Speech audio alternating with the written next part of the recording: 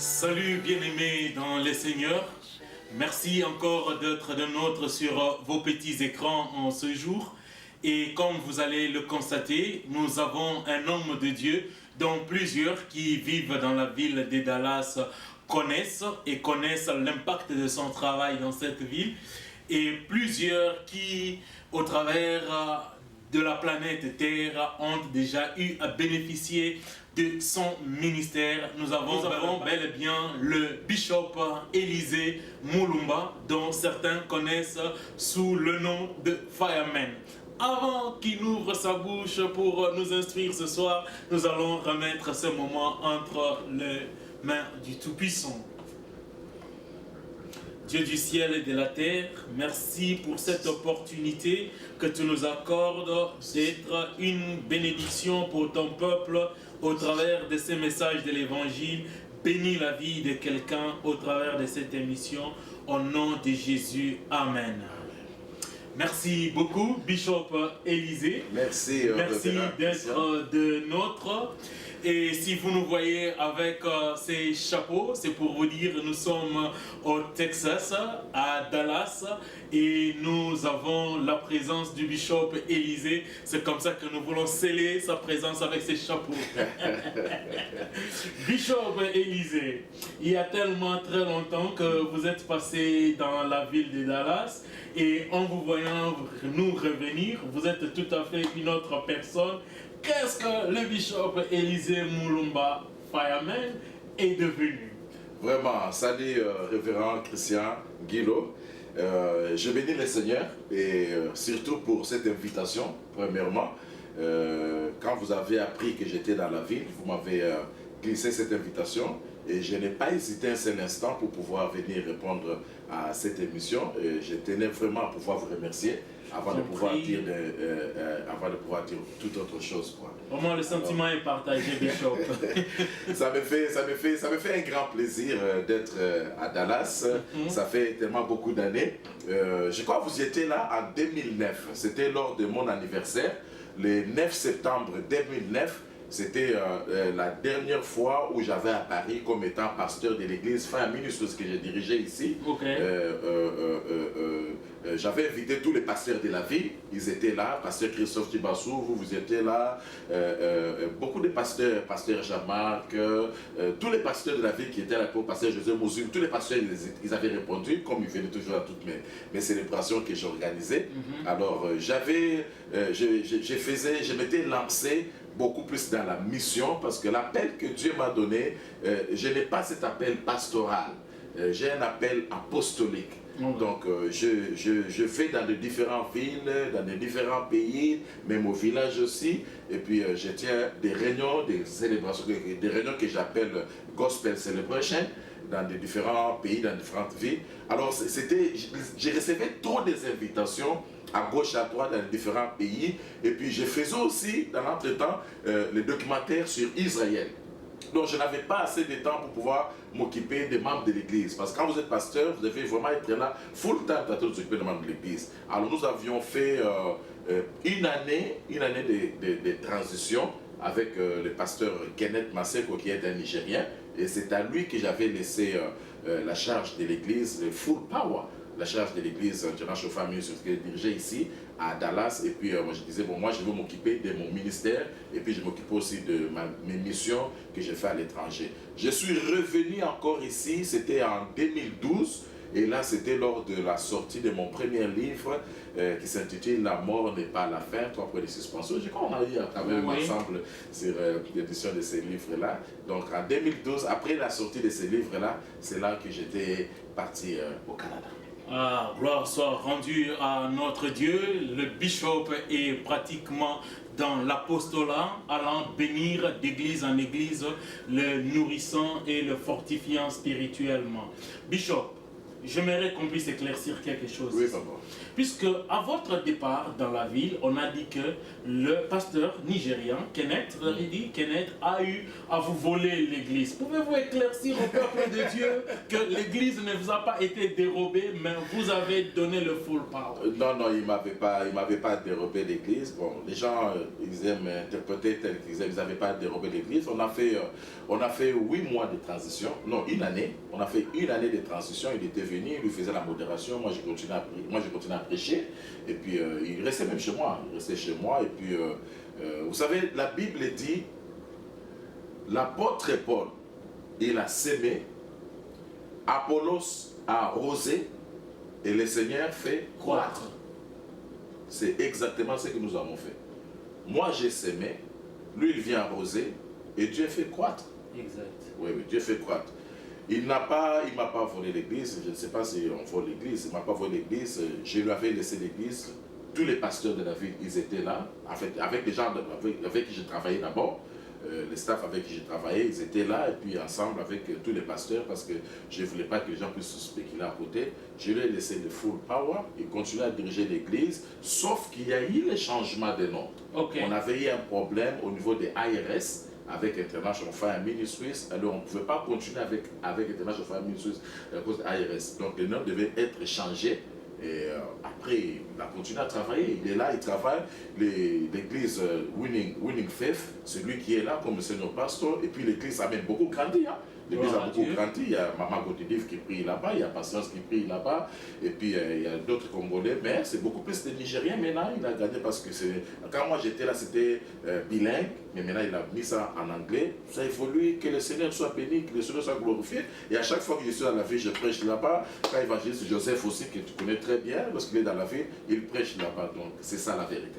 Nous rendons grâce à Dieu pour cette lumière qui vient d'être apportée par la bouche du bishop lui-même, qui était le signe pasteur de l'église et qui a donné le full power à cette église. Si vous avez le temps, allez prier avec le pasteur Kenneth et nous pouvons vous donner sur notre website les coordonnées de l'église que le bishop avait commencé et a donné l'accès au pasteur Kenneth. Bishop, Yes. Votre passage n'a pas été caché dans la ville ici. Votre passage, nous savons, nous avons été informés que vous êtes allé bombarder ce dimanche ici, quelque part, bénissant le corps du Christ. C'est de quoi, c'est quelle église et c'est où que vous êtes allé prêcher? Oh, merci beaucoup pour la question. C'était à Grapevine. À Grapevine, c'est pas très loin d'ici, je crois que c'est à 15 ou à 20 minutes d'ici. Oui. À Grapevine, il y a des bien-aimés qui font du travail extraordinaire. C'est un couple que j'ai connaissé depuis les pays. Bon, quand je l'avais connu, il n'était pas encore serviteur de Dieu, Didier Petit. Sa femme, je connaissais toute sa famille. C'est une famille, ils ont grandi dans le Seigneur. Sa grande sœur, Blandine, et puis leur maman Chabou. C'est une famille que je connaissais. Alors, souvent quand j'étais ici, que ce soit dans les célébrations que j'ai organisées dans la ville, vous avez assisté dans plusieurs de mes célébrations que j'ai organisées ici. Alors, ils venaient de temps en temps. Et la ville a été richement bénie. Amen. Et nous en avons de bons souvenirs. Amen. Je crois que je suis le premier pasteur à pouvoir réunir tous les pasteurs ensemble. Je crois pas une seule fois, plusieurs fois. Et puis bon, que le nom de l'Éternel soit loué. On n'est pas là pour rester dans les passés. Okay. Le meilleur que Dieu a pour nous n'est pas dans les passés, mais dans l'avenir. Bref, il m'avait invité pour aller prêcher. J'ai apporté le message sur l'écrit. Alors, c'est un extrait du livre que je suis en train, que j'ai même fini. Ça va sortir à la fin du mois de juin. Alors, je parle sur, dans ce livre-là, je parle sur les 7 dernières déclarations de Jésus à la croix, dont je vais énumérer. La première déclaration, il a dit, « Père, pardonne-leur car ils ne savent ce qu'ils font. » La deuxième déclaration, il a dit au brigand qui était à sa droite, « Ce soir, tu seras avec moi au paradis. » La troisième déclaration, voyant sa maman au mois de la croix, Marie, il dit, « Femme, voici ton fils, et à Jean, voici ta mère. » Okay. La quatrième déclaration, il a dit, « Eloi, Eloi, lama sabachthani, mon Dieu, pourquoi m'as-tu abandonné ?» La cinquième déclaration, il a dit, « J'ai soif. » Et la sixième déclaration, il a dit, « Tout est accompli. » La septième déclaration, il a dit, « Père, entre tes mains, j'ai remis mon esprit. » Mais maintenant, si vous lisez dans l'évangile selon Matthieu, au chapitre 27, verset 46 et le verset 50. Au verset 46, on dit, Jésus s'écria d'une voix forte. Ok. Eloi, Eloi, lama sabachthani. Mon Dieu, pourquoi m'as-tu abandonné? Au verset 50, on dit, Jésus poussa de nouveau un grand cri. Donc, dans ces 7 déclarations-là, d'autres déclarations, il parlait normalement. Bien sûr qu'il était il avait de la douleur, ses mains étaient clouées, ses pieds cloués, avec toutes les flagellations qu'on avait fait sur lui, il était dans la douleur. Mais les 2 déclarations-là, il n'a pas parlé normalement. Il a poussé des grands cris. Les archéologues, vous savez que je vais de temps en temps en Israël, je vais 2 fois par an. Je fais 15 fois le voyage en Israël. Alors les archéologues bibliques, ils disent, quand Jésus criait comme ça, il criait tellement fort que le bruit pouvait se faire entendre à plus de 30 km. Donc, là je parle sur les cris. Alors, les cris sont très importants dans la Bible. Nous voyons les enfants d'Israël quand ils étaient en captivité en Égypte. Dieu avait promis à Abraham en disant, ta descendance sera en captivité pendant 400 ans. Et pendant les 400 ans, comme c'est des Juifs, ils priaient, ils gênaient, ils faisaient des sacrifices. Dieu ne les avait pas délivrés. Mais après les 400 ans, ils ont commencé à crier. C'est ainsi que lorsque Dieu vient rencontrer Moïse, il dit à Moïse, il ne dit pas j'ai entendu la prière de mon peuple. Okay. Il ne dit pas j'ai entendu les sacrifices ni les jeûnes. Mais il dit j'ai entendu les cris de mon peuple. Okay. Et je suis descendu pour les délivrer. Psaume 107, verset 6, il dit, dans leur angoisse, ils criaient à l'Éternel et l'Éternel les délivra de leur détresse. Okay. Donc j'ai parlé de différents cris parce que nous avons différents cris dans la Bible. Il y a des cris de douleur, il y a des cris d'angoisse, il y a des cris de tristesse, et puis il y a des cris de terreur. Et il n'y a pas seulement ces cris de terreur là, d'angoisse, de peur, mais il y a aussi des cris de joie, il y a des cris d'allégresse, il y a des cris de victoire, et puis il y a des cris de triomphe. Alors j'ai démontré tous ces cris-là dans la Bible, et puis je suis allé pour parler aussi sur l'histoire de Bartimée, qui s'est trouvé à l'entrée de la ville de Jéricho, et ayant appris que Jésus était dans la ville de Jéricho, Bartimée a commencé à crier. On nous dit qu'il y a eu plusieurs personnes, lui il était seul, mais plusieurs les reprenaient pour les faire taire. Il ne voulait pas qu'il crie. Mais Bartimée n'a pas suivi les gens qui les décourageaient. Il a continué à crier encore plus fort. Je me dis que Bartimée, il savait l'histoire de Jéricho. Il savait que Jéricho ne s'était pas écroulé par le B-52 des Américains. Jéricho ne s'était pas écroulé par n'importe quelle bombe atomique. Mais Jéricho s'était écroulé par les cris du peuple de Dieu. Alors, Bartimée, il s'est mis à crier encore plus fort. Comme il criait encore plus fort, les gens lui disaient c'est Jésus de Nazareth qui passait. Mais lui, quand il a crié, il n'a pas crié Jésus de Nazareth. Lui, il a dit Jésus, fils de David, aie compassion de moi. Donc nous avons un Dieu qui entend les cris de son peuple. Dans le psaume, on dit, lorsque le malheureux crie, l'Éternel l'entend et il le délivre. On dit encore, lorsque les Juifs crient, l'Éternel l'entend, il les délivre. Donc par les cris, Dieu ouvre le ciel. C'est un peu ça le message que j'ai mis à développer là-bas. Là, nous allons parler un peu de ces cris. Okay? Oui. Je suis allé plusieurs fois à une retraite, plusieurs fois à des retraites à Lausanne, en Binza-Lausanne. Il y avait vraiment un bel endroit des retraites. Et sur le mur, il était écrit « Ne criez pas, Dieu n'est pas loin. » Okay? Maintenant, je sais que même si je prie au-dedans de moi, Dieu entend ma prière. Oui. Même si je n'articule pas ma prière, Dieu l'entend. Oui. Maintenant, parlez-nous un peu. Pourquoi dois-je crier pour que Dieu puisse m'entendre? Merci beaucoup, pasteur Christian.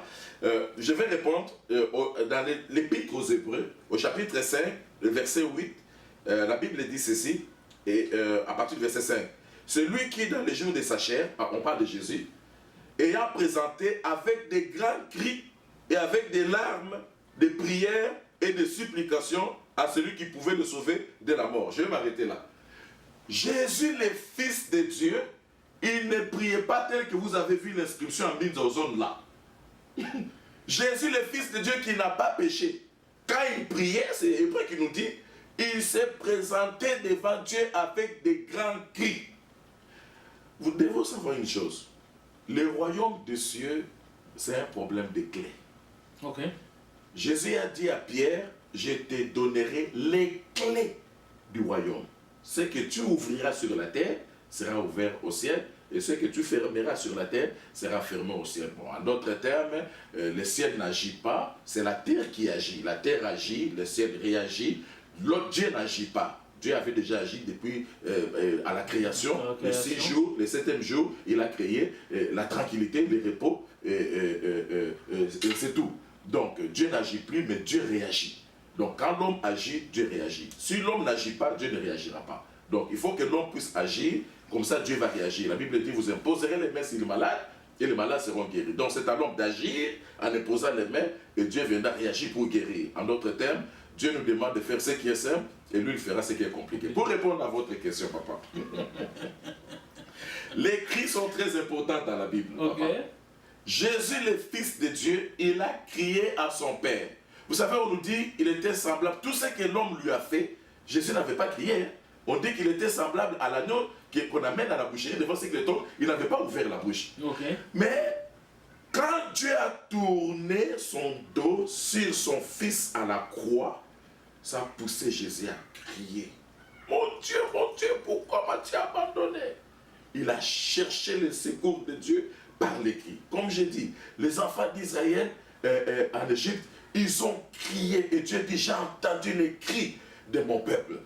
Jéricho, Dieu les avait dit contourner Jéricho pendant 7 fois et à la 7e fois, pousser des cris. Quand ils ont poussé des cris, la muraille de Jéricho s'était écroulée. Bartimée a crié, Jésus, fils de David, aie compassion de moi. Dieu l'avait guéri, Jésus l'avait guéri. Jésus lui-même, quand il s'est présenté, il criait. Est-ce que vous savez, pasteur Christian, vous êtes un lecteur de la Bible? Dans Jean, chapitre 11, lors de la résurrection de Lazare à Béthanie, Jésus est arrivé le 4e jour. Il dit, ôtez la pierre. Ils ôtaient la pierre. La Bible dit, il a élevé les yeux. Parce que moi, j'étais là où on a enterré Lazare. Okay. Vous devez descendre en bas. Vous savez, les Juifs, ils avaient l'habitude d'enterrer les gens en descendant dans les grottes. Okay. Mais quand Jésus arrive, il ne bâche pas la tête pour regarder en bas, là où on avait mis Lazare. Il tourne ses regards en haut. Ayant levé les yeux en haut, il leur a dit grâce à Dieu. Ensuite, on s'élève maintenant au verset 42 et 43. Jésus s'écria d'une voix forte, Lazare, sort. Et la Bible dit, le mort était sorti. Dans la version où on dit, dans Thessaloniciens, on dit, à la voix de l'archange, à un signal donné, au son de la trompette et la voix de l'archange, les morts en Christ ressusciteront et nous les vivants nous serons transformés, nous vivrons la rencontre de Dieu. Si vous lisez ce passage dans d'autres versions, on dit au cri du commandement. Là on dit à un signal donné. C'est traduit par au cri du commandement. Ça veut dire qu'il y a un cri que Dieu va pousser, qui va faire ressusciter les morts en Christ. Lorsque on nous parle de Matthieu 25, parabole des vierges. Qu'est-ce qu'on sait écrire? Quelqu'un a crié, voici l'époux. Le cri là a réveillé tous les vierges. C'est pourquoi Jésus aussi, devant le sépulcre de Lazare, il ne pouvait que crier, Lazare sort. Paul et Silas, ils étaient dans la prison. Okay. Ligotés, enchaînés, les ceps aux pieds, les chaînes aux pieds et aux mains. La Bible déclare, il chantait et il priait. Il chantait tellement à haute voix, Actes des Apôtres chapitre 16, il priait tellement à haute voix, il criait tellement à haute voix. On souligne au verset 37 que tous les prisonniers les entendaient. Quand Dieu est venu les délivrer, conséquence, et tous les prisonniers qui les entendaient, leurs chaînes aussi furent rompues, furent brisées. Toute la prison, depuis les fondements, était ébranlée. Je prierai dans mon cœur, Dieu va m'entendre. Tu prieras dans ton cœur, Dieu va m'entendre. Mais quand nous faisons des prières ensemble, où nous voulons vraiment secouer Dieu, mon ami, ne reste pas calme. Crie vers l'Éternel. Dans leur détresse, ils crièrent. Ils n'ont pas parlé doucement. Ils crièrent à l'Éternel. Bartimée a crié à l'Éternel. Révérend Christian, nous pouvons tous être sur le même sol. Je vais m'arrêter par là. Nous pouvons tous être sur le même sol. Mais nous n'avons pas tous le même sort. Pardon. Okay. On peut être sur le même sol, on n'a pas le même sort. D'autres, ils ont leurs problèmes déjà résolus. D'autres, ils ont aussi des problèmes, mais ils s'en foutent de ces problèmes-là. Ils mettent leur vie comme ça, que ça marche, que ça ne marche pas. Mais moi, quand j'ai mes problèmes, je m'attends à chercher la solution. ma solution ne sera pas chez les marabouts, ça ne sera pas chez les féticheurs, ça ne sera pas auprès d'un homme, ma solution viendra de l'Éternel. Alors je crierai vers l'Éternel, comme les Hébreux ont fait, comme les disciples ont fait, comme Jésus-Christ lui-même également a fait. Gloire soit rendue à notre Dieu, bien-aimé dans le Seigneur.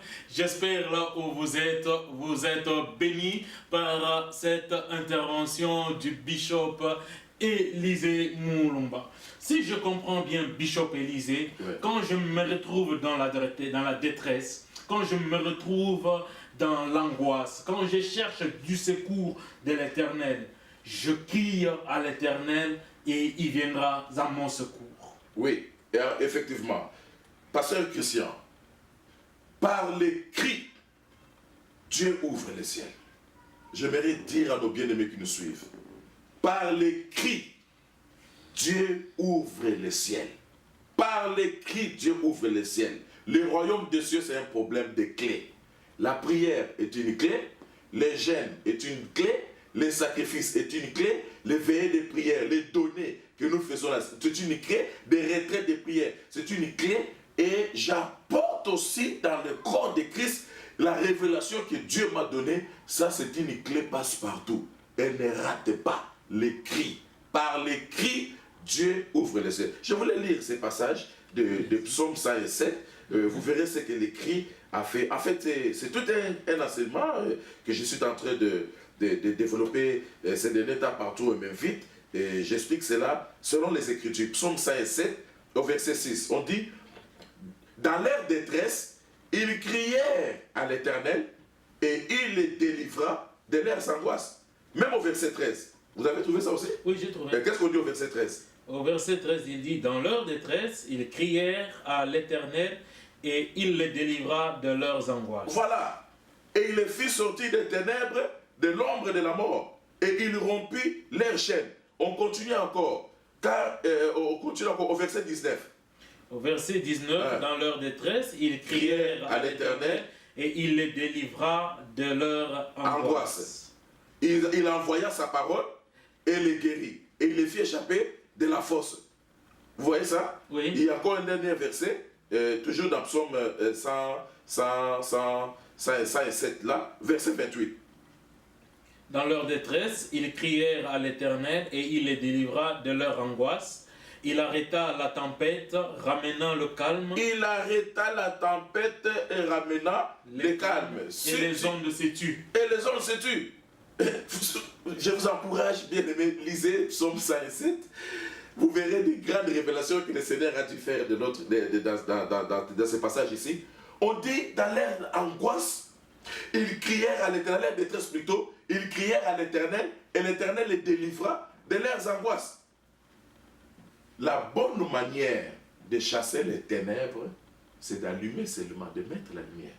Quand tu allumes la lumière, les ténèbres vont disparaître. Lorsqu'on crie à Dieu, le même livre de psaumes l'a dit, lorsque le juste crie, l'Éternel l'entend. Le même psaume là nous dit, lorsque le malheureux, comme Bartimée, lorsque le malheureux crie, l'Éternel l'entend. Là vous avez dit, il les conduisit dans les trois chemins. Donc ils étaient dans le désert déjà, sortis de l'Égypte, ils ont crié à l'Éternel, et l'Éternel les conduit dans les trois chemins. Vous savez, quand les enfants d'Israël, normalement, ils ne devaient pas faire 40 ans dans l'Égypte. Quand ils sont sortis de l'Égypte, c'est la Bible qui dit, l'Éternel ne voulut pas les amener par le chemin des Philistins, quoique cela était le plus court. Parce que par le chemin, c'est là le calcul que les historiens et les archéologues ont fait. Ça pouvait les prendre 11 jours seulement de marche. Jusqu'à Canaan, oui, 11 jours de l'Égypte, jusqu'à Canaan, 11 jours de marche. Mais Dieu ne voulut pas les amener là-bas. Dieu il les a fait faire de tours, de contours et de détours. Mais lorsqu'ils criaient à l'Éternel, l'Éternel les conduisit par les droits chemins. En d'autres termes, il a arrêté le tour, il a arrêté de leur faire le tour, de leur faire le contour, de leur faire le détour. Il les conduisit dans les droits chemins. Il chassa les ténèbres. Il les délivra des pièges de l'ennemi. Et puis, ils crièrent à l'Éternel. L'Éternel, il arrêta la tempête. Quand on crie à Dieu, quel que soit le soulèvement qui vient dans ta vie, quelles que soient les ténèbres qui se manifestent dans ta vie, quand tu cries à l'Éternel, l'Éternel viendra, il descendra et il te délivrera de tes détresses et de tes angoisses. Merci beaucoup, Bishop. Et là, nous venons de comprendre, bien-aimé, une des clés dans le combat spirituel, dans la vie chrétienne. Tu as peut-être été en prier, tu as jeûné, tu as donné, tu as travaillé, tu as servi, et les choses ne changent pas. Essaie maintenant d'aller dans la présence de Dieu avec des cris conformément à la révélation que nous apporte le bishop Élisée ce soir sur ces plateaux. Merci beaucoup, Bishop.